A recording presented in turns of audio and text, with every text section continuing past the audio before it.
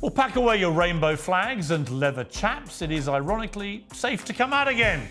Pride Month is now over, but did this year's backlash outweigh the celebration? We're going to debate this. And my extraordinary head-to-head with Pink Floyd legend Roger Waters has divided the internet. Also, we know what Hamas broadcast on social media. Calm down. Roger, calm down. Is he a legend or a dangerous loon? Is the Tuah girls' stratospheric rise to global stardom a reflection of the West's moral and intellectual decay? Hawk to and spit on that thing, you get me? Or are we just taking it too seriously? And power slapping. Oh my God! Is one of the fastest growing sports in the world. I'll meet the viral female power slapping sensation known as the Hungarian Hurricane, and I'll ask her one question. Why? Well, joining me to debate all that and more, the Piers Pick, rapper and podcast host Zuby, activist and writer Eli Erlick, and here in the studio, Uncensored contributor Esther Krakue and comedian and podcast host James Barr. Well, welcome to you all. Feels like years since I had you all together because it's so much happening in the world right now. We're going to try and, I think, get to slightly different non-political issues, although everything in the end is politics.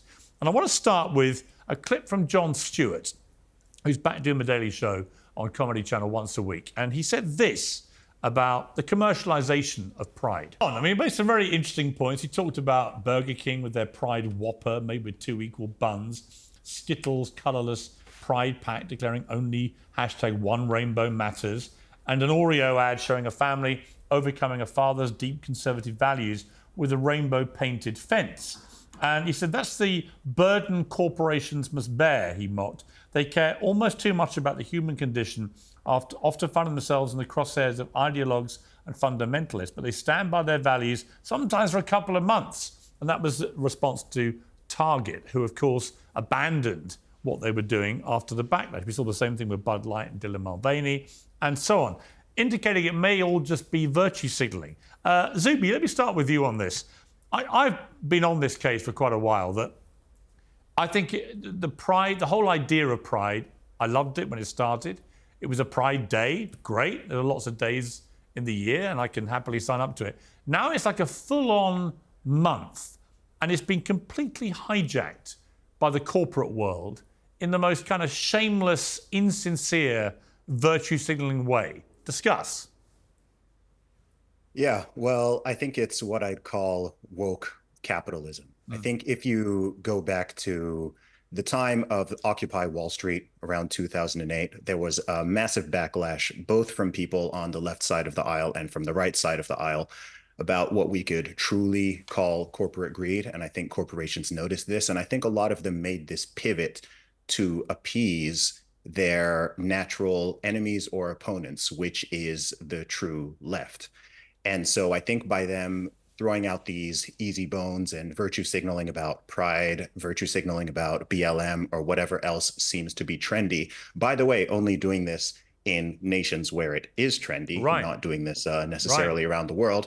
I think that they have been able to essentially, while they've annoyed some people, they've been able to appease their natural enemies and keep those people kind of quiet and satiated. So I think at a deep level, that is really what's going on. Of course, we could also talk about, ESG scores and things like that. But I think that's actually the primary root of why they've been doing that type of pandering. I think that's what it is at a deep level. All right, James Barr, would you agree with that?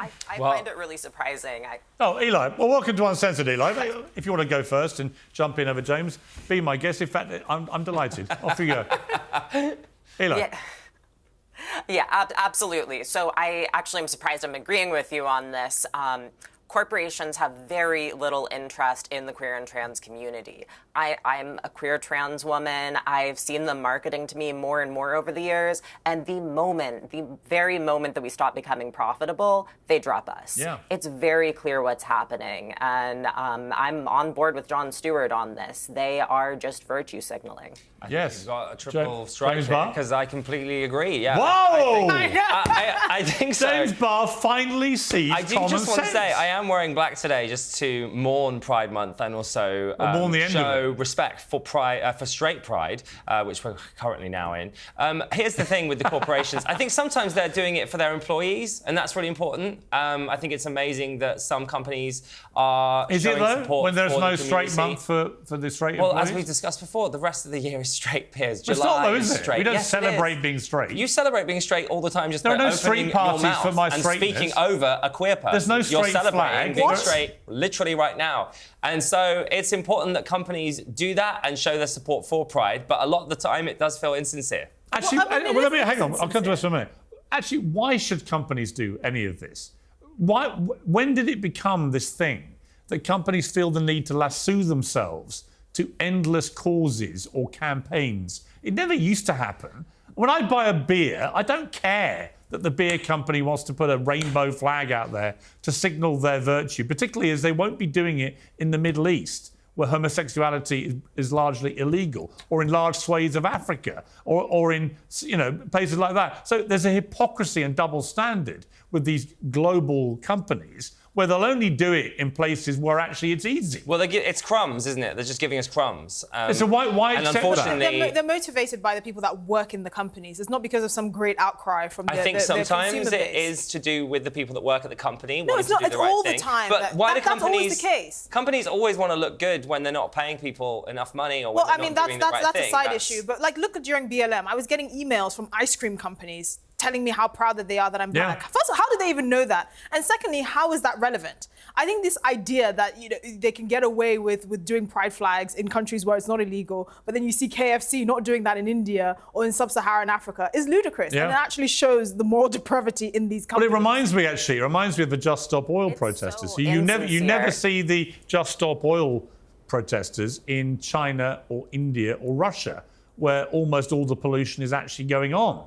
So they don't dare do it where it's difficult. They just do it where it's easy pickings. They go and attack a Chelsea flower show or a cricket match or a football Well, is that match. not a particular organisation based in Britain? Is that why we're not seeing Just Stop Actually, Oil no, in Russia? they've got global aspirations. All right, Greta Thunberg, right? When do you ever see her in places like China or Russia? Or the She Congo. doesn't live in those countries, but if you think But about she other goes to activists, America Peter and she tries has- to bully them. Peter But she Tatchell's wouldn't dare bravely do gone it to in places Russia. where actually it would take real courage. That's But my point. other activists have done that. Peter Tatchell has bravely gone Peter to Russia. Tatchell has. I think he's one of the exceptions. Normally, a lot of these protesters for a lot of these causes, they don't actually have moral courage. What they do is take the easy shot for attention and headlines. And to me, and I'm quite glad we've reached, a sort of general agreement on this, because I just think it really devalues to me. If I was a trans person, and I'm not going to speak for you, Eli, or any trans people, but none of this helps being a trans person, to me. All it does is kick I'd up culture actually war agree after with culture that. war after I culture would love war. to. That is so rich coming from you. Sorry, Eli, I would please love to speak. see them Please give don't trans people interrupt Eli, raises. That would James. actually be doing something to help us. Say that again? I would actually like to see them give their workers better wages. That would help us a hell of a lot more than Yeah. slapping a rainbow flag on some of their products and trying to sell it to markets in Right, the US. so actually do it's things. not really helpful. Right, so actually do things which can forge genuine equality and fairness for trans people, which is what we should all aspire to get, right? Exactly, exactly. I mean, on that point, though, given you've not been on Uncensored before, and we've debated this a lot with other guests, and particularly James, how do you feel, given that trans people want fairness and equality, how do you feel about the issue of trans athletes in women's sport, given that it's so obviously, to me and many other people, unfair and unequal? Oh, here we go. Well, let's leave it to the experts. The different associations have agreed on different standards for different sports. It's all very relative. A recent study actually found that we're too harsh on trans people in sports and require too long of a transition to a point where the equivalent cisgender person would be at a disadvantage. So it's complicated. It needs to be drawn out by the actual sports authorities rather than politicians or pundits. So if a 6'5" 230-pound biological male boxer puts their hand up and says, I would like to compete in women's boxing, Would you be happy with that? There are 6'5", 300-pound cis women too. Can they not compete? They don't have the same physiology as a biological male. They don't have the same lung capacity. They often can. They haven't got the same muscle mass. No, they haven't. This is the whole point of the debate, is that it's not just about taking less testosterone. You have as Caitlyn Jenner has articulated very well, you have an inbuilt superior physiological advantage over biological females. That's the problem. Now, I want trans athletes... Not necessarily. Estrogen... Look, estrogen absolutely wreaks havoc on our muscular systems, on our ability to perform in sports. And there's a reason that the rules are so strict, because it does greatly affect our capacity to participate. Well, we'll disagree. Yeah, on that. I think this is where a lot of the backlash against the so-called trans community comes from, because we all agreed on that first point that this is pandering and this is companies trying to make money and so on. But when people start coming to arguments about biological males competing in female sports, and by the way, notice the conversation only happens in one direction, and there's a specific reason for that. Nobody is concerned about men's sports or boys' sports. And that is because we're biologically different. And I just think that this is the reason why this conversation has raged on for so long. It's these type of ridiculous, frankly, demands that affect women, affect half of the population, particularly those who play sports. And that's where people just get lost. And I think that's where a lot of the backlash or resentment actually is stemming from. I think in the West, most people at this point don't really care. Go ahead. I'm going to go. I'm the only trans person here. This isn't about sports. It's about a gateway for the right to begin banning trans people from access to certain programs. I'm not right wing. That's not true. I'm not right wing. So how do you figure that? No, it's well, not. you It's certainly not a have left-right. right-wing views on trans it's not a votes. left-right. I don't have right-wing views on trans folks. I just said to you, I've tried to explain this before. I want trans people to have fairness and equality and the same human rights as everybody else. And even if you don't personally consider yourself on the right, it's still a gateway into banning trans people. No, I don't want to ban trans facilities people. I would like trans sports. people to either compete against their own biological sex, which seems to me the easiest thing to do, or they compete in a new section altogether of trans athletes. What's wrong with that? Yeah, so a new separate but equal league is what you're saying. Can I jump in here? The solution for this is very simple, and we've had the solution, as far as I know, for about a century. And this is simply to have an open sports league and a female-only sports league. A lot of what people call men's sports is not even explicitly men's sports. Anyone is allowed to participate, but because of the biological and physiological advantages men have, if you take the fastest, the strongest people in the world, the best endurance, they're all going to end up being men. That's how it's going to stack up, which is why if you want females to be able to participate in sports, you need to have a separate league, because they can't compete in an open competition against men. I agree. Let's move on, though, because there's another part of Pride I wanted to talk to you about. I'll start with you, James, on this. That there is a suggestion that it's jumped the shark. And the reason for that, and we've got some examples of this, in Seattle, a convoy of completely naked bike riders and roller skaters had some questioning just how family-friendly the event was. You got kids there watching this. In San Francisco, Pride had a fetish zone where a man lying in an inflatable pool of urine, where attendees were encouraged to urinate on him. Other booths featured participants getting spanked, whipped, and initiating sex acts on each other, all in public. And in Toronto, New York, the politics of Palestine and Israel took over, with queer, as they call themselves, protesters preventing the parade from progressing along its designated route by sitting in the middle of the road. So a lot of people saying that it's going too far. Now, James, I would say it does go too far when people do that. I mean, if you want to actually make Pride a family thing, which many people want it to be, how can you allow that kind of stuff? You've given me a lot to respond to there, Piers. I would say in Germany right now at the Euros, there are English fans walking around with their dicks out, pissing in the street. I think if you go to Sweden, there are naked people everywhere, like in saunas, and it's completely fine. You're and normal. comparing the fetish zone I'm San saying Francisco that there's a naked bike ride in London very regularly, and kids walk past that naked bike ride. What you're doing is you're trying to make this a massive war against queer people, but actually this is just I don't all want a war with people. queer people. This is No, all people. I actually and want in to San protect- I want Francisco, to- where some of those people were naked at Pride recently, it's actually legal to be naked in events like that. So Oh, if you're ew. taking your children Ew. to that, then that's on you. That's That's not on the queer community. All right. And as I said, this isn't just queer people. This is all people. I think Esther. you touched on a point that all sort of movements can devolve to become a congregation of the mentally unwell. Yes, that is fine. But each community Why is it must unwell take... to be naked? You're mentally unwell if you're walking out in public naked. Yes, Why is that you are. mentally unwell? Because you're mad. So you're Why are you saying people in naked? Sweden you don't have that are clothes in your naked house in Wait, saunas, is that mentally unwell? Yeah, I think if you're leaving your house... Just because you have shame about your body. Yes, I have shame. I'm sorry, I was raised properly. I have shame. I don't leave my house naked. I was raised properly. I have shame. Yeah, I have That's shame. I have a terrible, sense of Esther. shame. I don't think that it's all about me and what I want. I actually think of the These public. people aren't there because and of- well, here's the thing. Here's the point. You made a significant point, which is that there is a tendency for all movements to devolve into some sort of congregation of the mentally unwell, which is fine. I never said that. That's literally not what I said. Those are your I'm words. finessing what you're saying. Right, but the thank point you. here is that every group must take responsibility for the people within their own enclave, right? You don't expect us to tell these people that are getting naked in the name of pride to tell them to put on But they're not clothes. breaking the law. It's disgusting. They are breaking. It's All public right, indecency. all right, okay. That's not, not though, is it? All right, hang It's on. public It's indecency. literally not. Hang It on. is. It is not. Let me It bring is- in and it's illegal. Eli on this. Eli, is there a line that pride has crossed, as some people say? I mean, Jordan Peterson said about all this, there's a real tinge of narcissism, sexual narcissism about the whole pride spectacle. Do people have the right to express their sexuality? That is really bold. Let me finish his quote.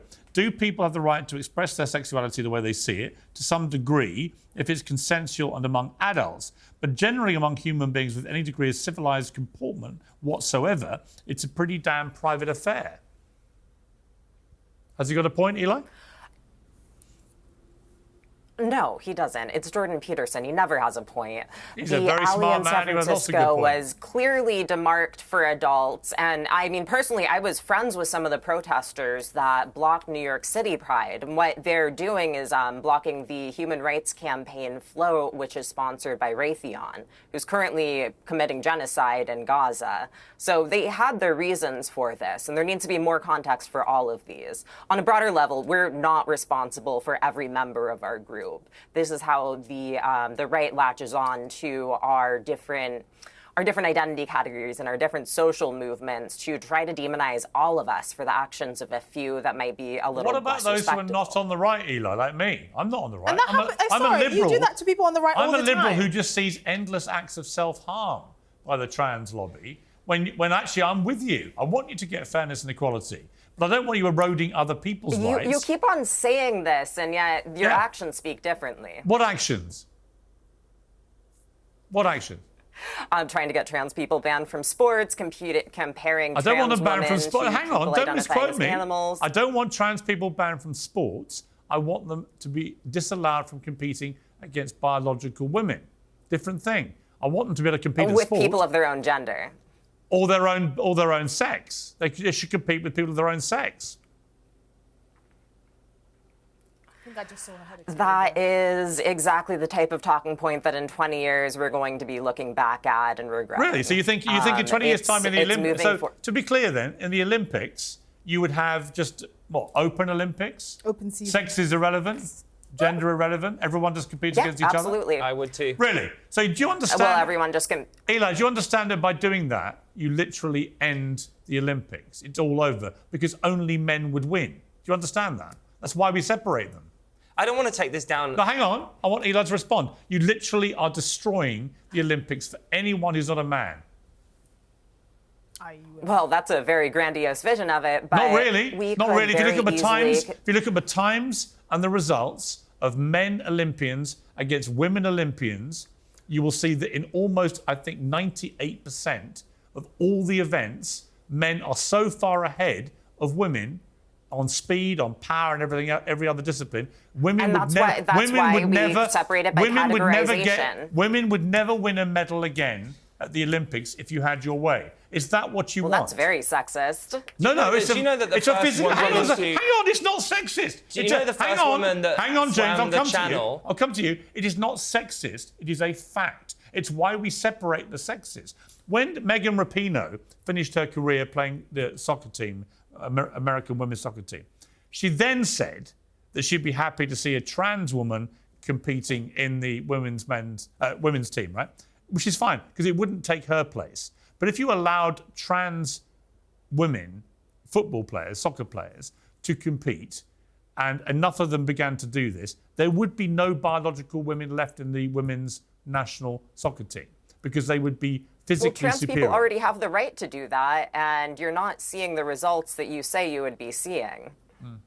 Yeah, but you see, you and James both have this wonderfully quaint notion that if you open up the Olympics to everyone, that women would continue to win medals. They wouldn't. They'd win nothing. Obviously, this is complicated, Piers. It's not complicated. No, listen, It's not complicated. It's why we separate them. Literally, when Megan Rapinoe's national women's soccer team played the Dallas under-15s, they lost 8-2. They were under 15-year-old boys. The first woman to swim the English Channel, the first woman to do that, beat the men's record by over 2 hours.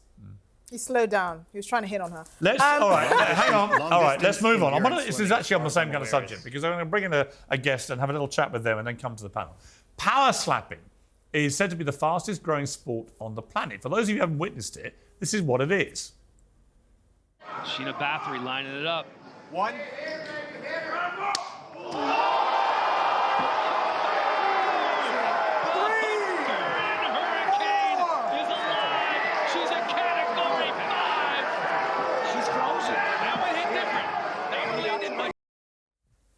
Well, Sheena Bathory, aka the Hungarian Hurricane, has been signed by Power Slap CEO Dana White and joins us now from Budapest. Well, welcome to you, Hurricane.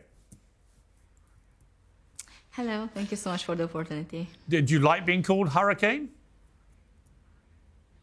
Yeah, you can call me Hurricane. Now, this is an incredibly fast-growing popular sport, but it really involves just slapping your opponent as hard as possible. What made you take it up? I went to United States 3 years ago, so I was happy for any opportunities, and I thought that this sport is going to suit me because I was very aware of my power, and I was definitely want to try out. When did you first start slapping people?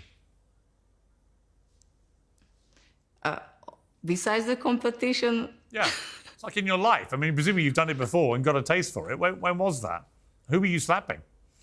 It was in my past relationship. Yeah, really? That was the first time I had to experience. Yes. With a man or a woman, if you don't mind me asking? Was a man. Yes. Man, so you started slapping around your boyfriend? No, actually, he started slapping me first. What? And when it was a bit violent relationship, and yeah, at the end, I had to give it back. So this is how So I actually, know listen, I don't want to slaps. trivialize. So what you're saying is you were in a relationship with domestic abuse. This man was slapping you in a domestically abusive manner. Yes, that's correct. And you then began to defend yourself by slapping him back. Yes. Wow. And then the relationship ended. Yeah, later, and then when I earned the courage to get out from. Yeah. Well, obviously that is very short. I didn't know that part of your story. And obviously it's very serious. But interesting that when you went through this of self-protecting in the way that you were defending yourself, that out of that you realised that, you were quite good at it. Yeah, I think it was a good experience. I'm not really regretting it that I had to go through on it because the power slap came for a reason in my life, and I would say that I'm just investing in it, my past experience. So I don't regret everything what I went through on. Now you're the most famous power slapper in the world now. What does it take to be a good power slapper? What's the skill set? We are still working on the training plan, how to become the best. I think my strength is coming from my judo background, and currently I'm training in MMA, and I think also it's my nature. So my father was my judo coach. He's a very extremely strong man. I grew up on the farm, so I always had to work really hard, like physical hard work. So I think maybe that's what gave me the good strength basement. Now I want to show a clip. This is from men's power slapping. Let's take a look. Oh! Going on. Oh my God! And out! That's a knockout! Clean shot! Scorched by Vernon Keith! Now that looks really violent. Do you ever compete against men, or is it strictly sex separate? If I have to compete against men, No, do you ever compete against men, or do they keep the two sexes separate? I officially have to compete only against women. However, I offered for Frank because it's getting very popular in United States that men are competing against female, that I'm okay to compete against men as long as they are making the same weight as I do. And how would you feel about a trans woman competing in the women's side? I am absolutely against it. They still have different chromosomes. Even though they are dressing up as a woman, they are still a man. But if they want to compete against me, I'm facing, but I don't think that it's fair against a woman. You think that they would just be more powerful generally? Absolutely, yes. Like, yeah, that's their genetic. They just naturally stronger. How? I mean, it looks very violent, but you are in the end slapping each other. I mean, how much does it hurt? I mean, do you suffer bad injuries from this? Of course, it comes with some serious injuries sometimes, especially when some people going up like 3x3 slaps. Me personally, I feel concussion after getting slapped, but you can ask my opponent what they felt after being slapped or get killed, because I think after getting knocked out, we definitely have to take months to completely recover from it. And how many women have you knocked out? 2. Really? And does that bother you or not? Yes. Honestly, I don't like to hurt without reason, but I appreciate the opportunity, and I think we are both agreed to be slapped, so we know the rules, and since it goes under the agreement, I try to not to feel guilty to slapping them, but I feel more comfortable if I'm getting slapped first because it's a trigger for me, and then after I'm getting slapped, it's a little bit easier for me to give my full power for the next slap. And listen, you're one of the biggest stars of this. How much money are you making? A lot? I think it's relative. For me, it's good because I'm coming from Hungary, and Hungary is not the richest country. I have a huge family, so I appreciate everything. So in this case, I think it's a good opportunity. Well, Sheena, thank you very much. Thank you very much for joining me. I didn't know the backstory as to why you got into this, which was fascinating. And good luck with your career. It looks like you're one of the biggest stars and one of the fastest growing sports in the world. So thank you for joining me. Thank you so much. It was a pleasure to talking to you. Well, I've got my panel back now. Zuby, what do you make of that? I mean, listen, is it any different really to boxing and these other contact sports of that nature? Do you feel weird watching it? Yeah, I think it's sadistic. I'm not a fan. Look, if people want to do that and they consent to it and sign all their waivers and whatever, then of course they're welcome to do it. I'm just generally worried about where our society and culture is heading in the West, when people are paying big money to see women stand there and, knock each other out. I think the big difference with something like boxing or MMA is you can't defend yourself, right? Yeah. You're just standing there, you're just a standing target, and it's just how hard a hit can you take. I have no idea how many injuries they've had so far. I know it's a relatively new, quote unquote, sport, But I see something pretty tragic happening with this. I think it's going to be inevitable. And I think the fact that you can't even defend yourself, I think that's a very significant factor that changes it from other types of combat sports. I think that's my opinion. I think that's a really good point. I mean, James, I know I've looked at you sometimes, but it's quite clear you wanted to give me a good slap. But what do you make of all this?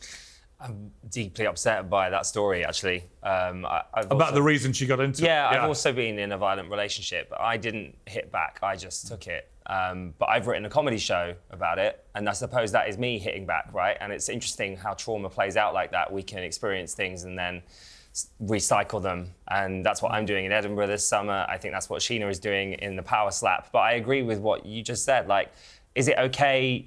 There's no way to defend yourself. I don't know if I enjoy that as a sport, because there is no way to defend yourself. It's really about how much pain you can soak up. And then hearing why that's happening and how she wants to go first because it's a trigger for her is deeply upsetting and quite traumatizing. Because you think it basically all goes back to what she told us. Absolutely, she's living that still, and that's how important it is to talk about domestic violence and abuse openly, like she is doing right there, and like I'm doing. We have to talk about it so that we can try and end that cycle.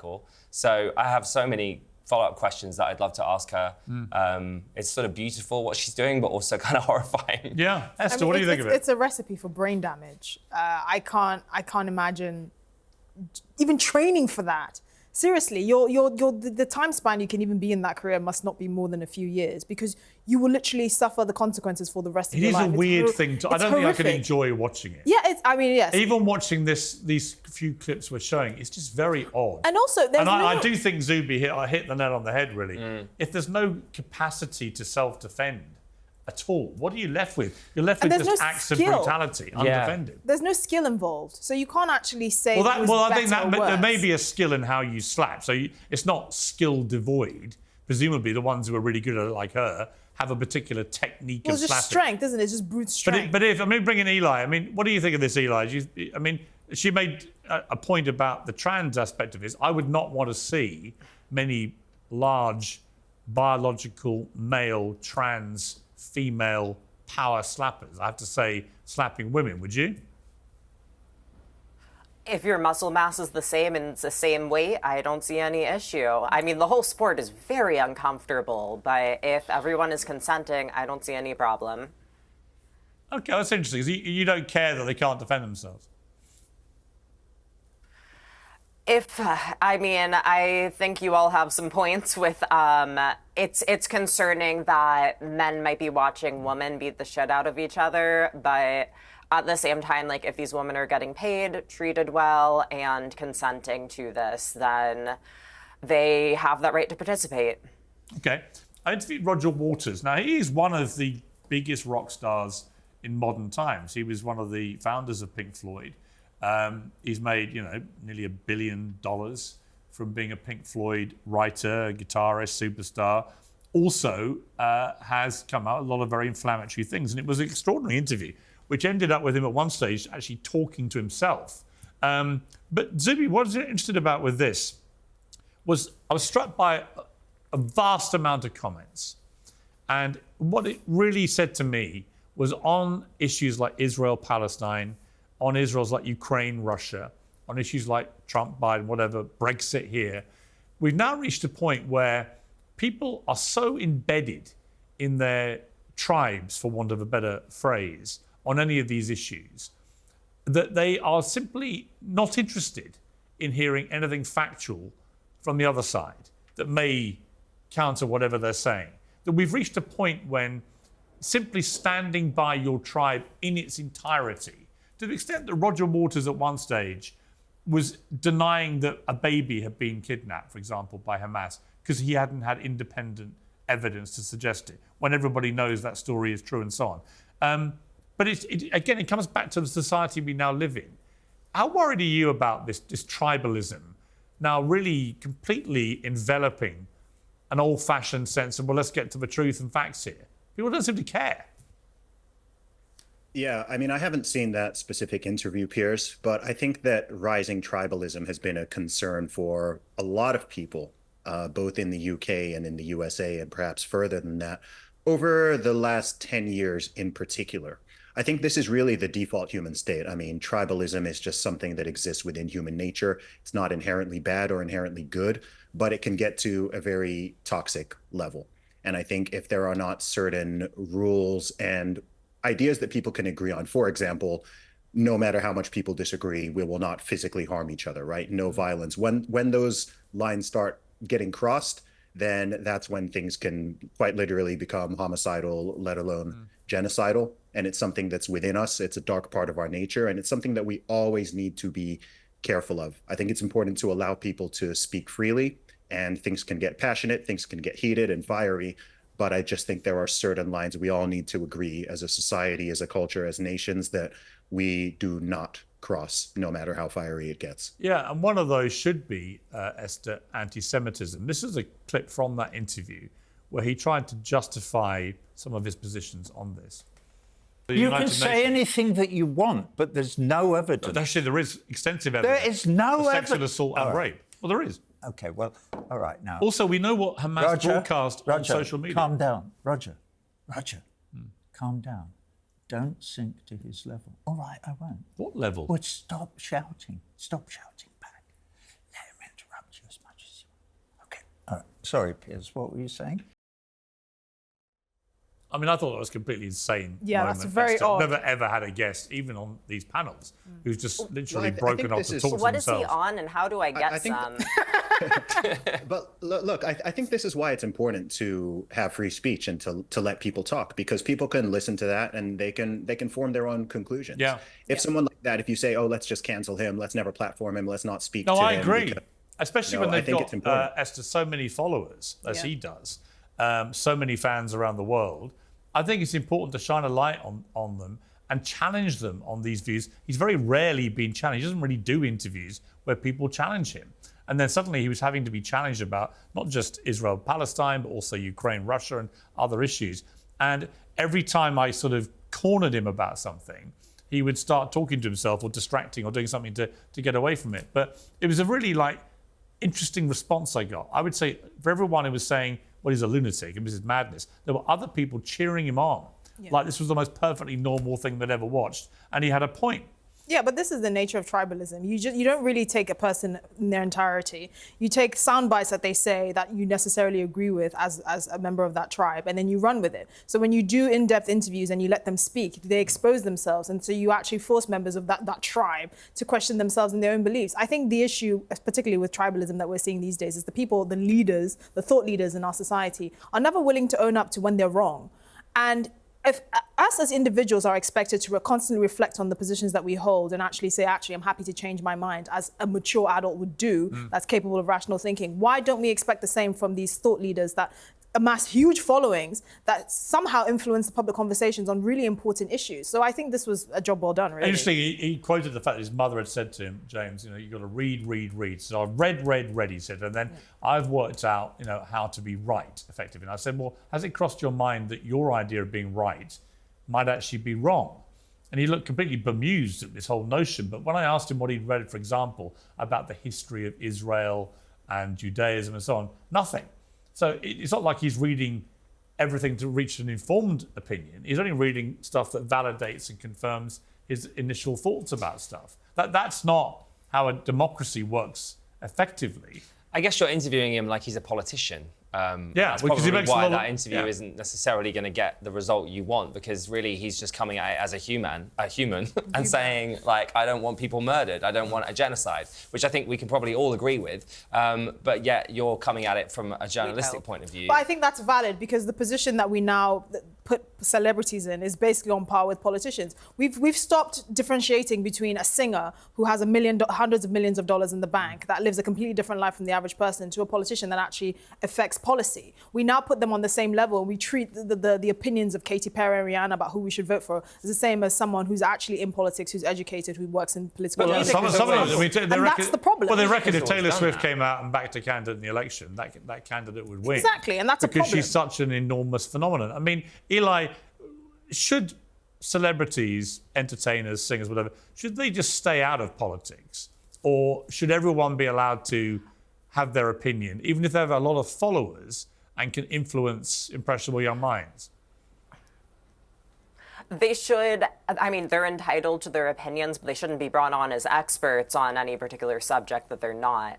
I'm an academic. It's frustrating to see singers giving opinions about trans issues when they might not be informed, or like the Israel-Palestine conflict that they don't really have an investment in. Now, I agree with Roger here on most of his points, but the way that he presented it, he was clearly very uninformed and didn't really know what he was talking about. Right.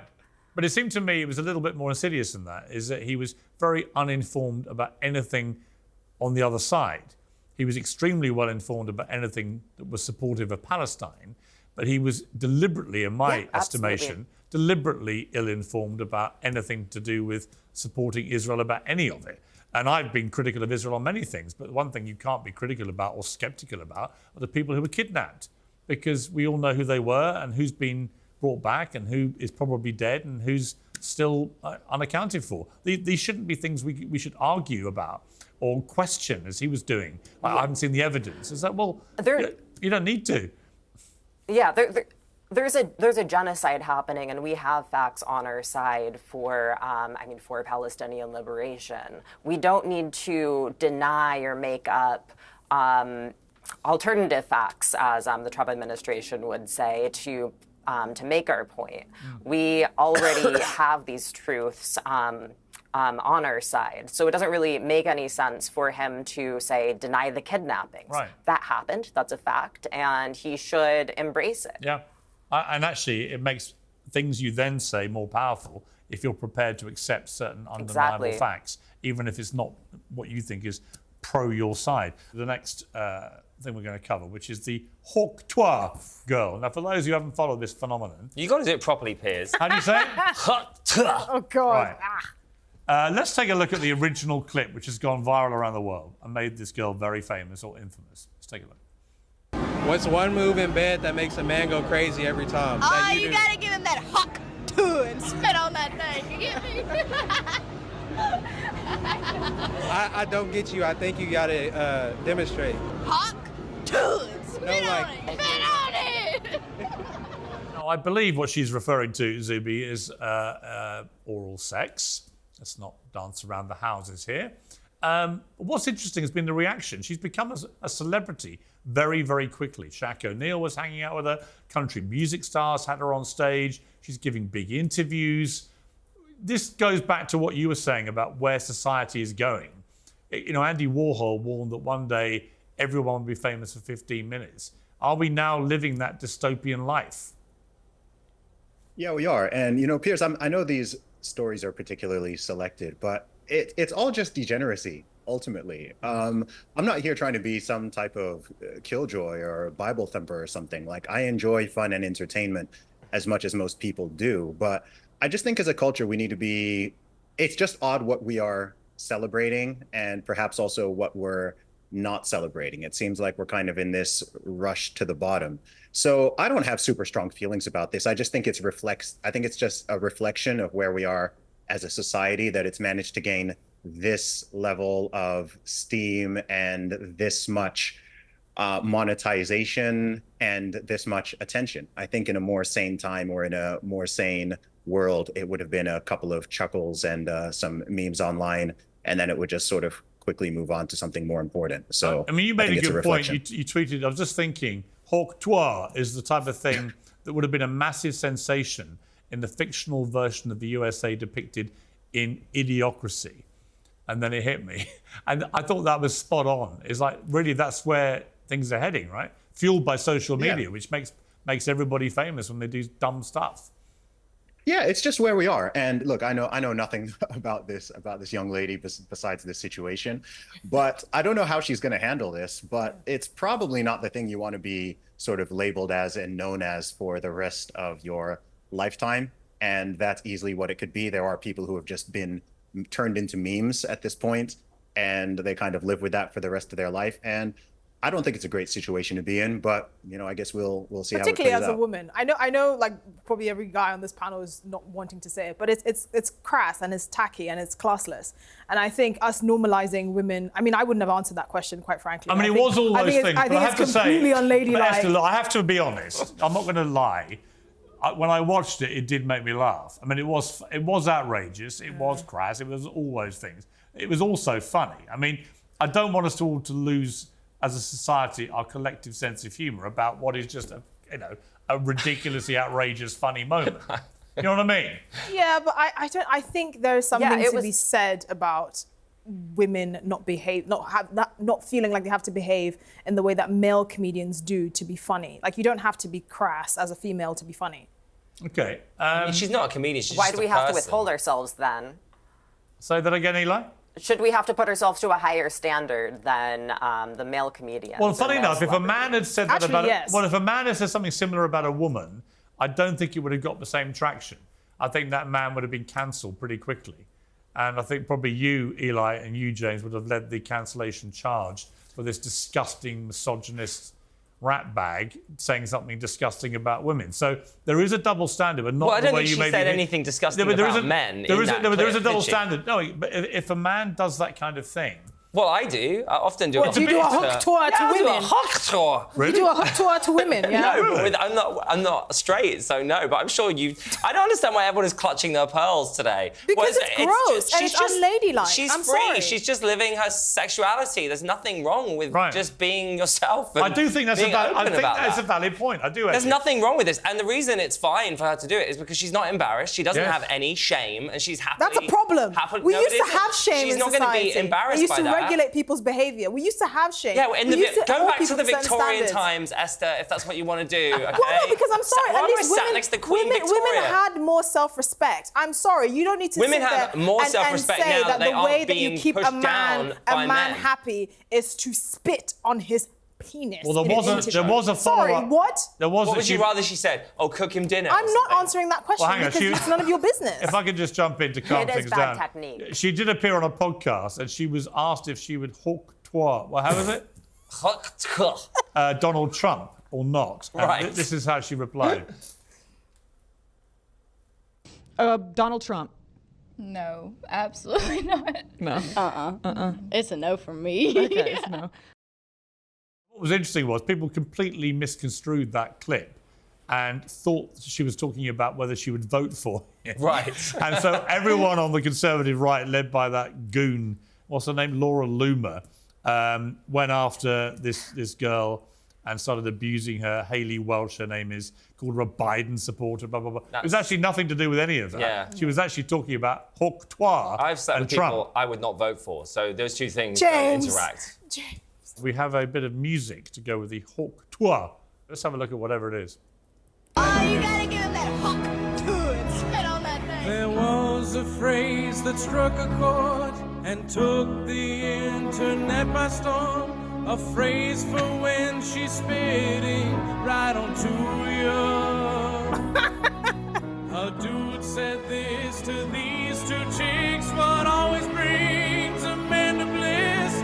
And she said, spit on that thing. I love it. You know what? I actually want to interview Hock Tuah again. Can we get her on? I actually want to interview her. She's one of the most famous people on the planet right now. It's quite extraordinary.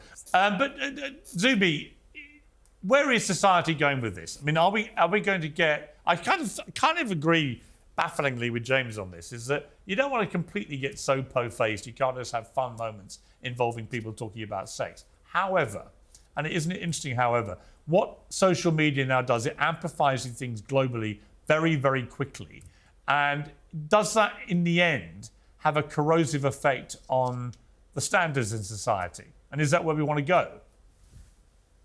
Yeah, it's a great question, Piers. I don't think it's where we want to go. And like I said, I'm not a killjoy. I think it was funny, right? It's something that is funny. The thing that is bewildering is just the level of the response. I think that's the thing that is very bewildering. And look, I think as a society, we just need a semblance of balance. I think that's something that strikes me on all of these issues that we've talked about here and many other things going on. I just think that there's an absence of balance. Everything needs to get pushed either all the way to the left or all the way to the right. I mean that both politically and metaphorically. And with most things, there is a sensible middle where we can have true decency and equality and fairness and we were kind of at that point, I want to say in the late 90s or perhaps early to mid thousands, and then it's just kind of overshot on every single issue. Well, funny enough, issues, you can gender chart issues, it sex really. issues, so You can chart it really when cell phones came in, when the internet began, when social media began. Because before that, there wasn't the ability to be a kind of narcissistic exhibitionist and get much of an audience. You know, you'd have to do something completely outrageous on a national stage to make national media 30, 40 years ago. But now you can very quickly just put something on social media and be a global sensation within half an hour. That's what's changed. The ability to lead the 15-minute life that Warhol said. Eli, you want to say something? Yeah, I was just going to say also, I would think we should blame this less on the individual and more on like marketing, branding, mass media that's trying to push people to create brands rather than work on their own lives. I mean, we are constantly told that we're supposed to be self-marketing and self-branding by our education system, by schools, by media and businesses. And I think this is a big part of it that speaks to a broader issue. But she wasn't really doing what she did, I don't think, for any self-promotional branding. She literally just said the first thing that came into her head. Well, she did show up on talk shows afterwards. She did. No, she made the most of her fame. But I don't think her motivation for saying what she said was driven by any sense of becoming a brand. I don't think she thought for a moment anyone would probably ever see this. That's what's interesting, is that these things can catch fire. And I think to her credit, as I think you said, Eli, was it that this, or was it you, James, that she doesn't have any shame, right? Which is to her credit. If she's not ashamed by it and she's talking about having sex, then why are we getting so po-faced, I guess?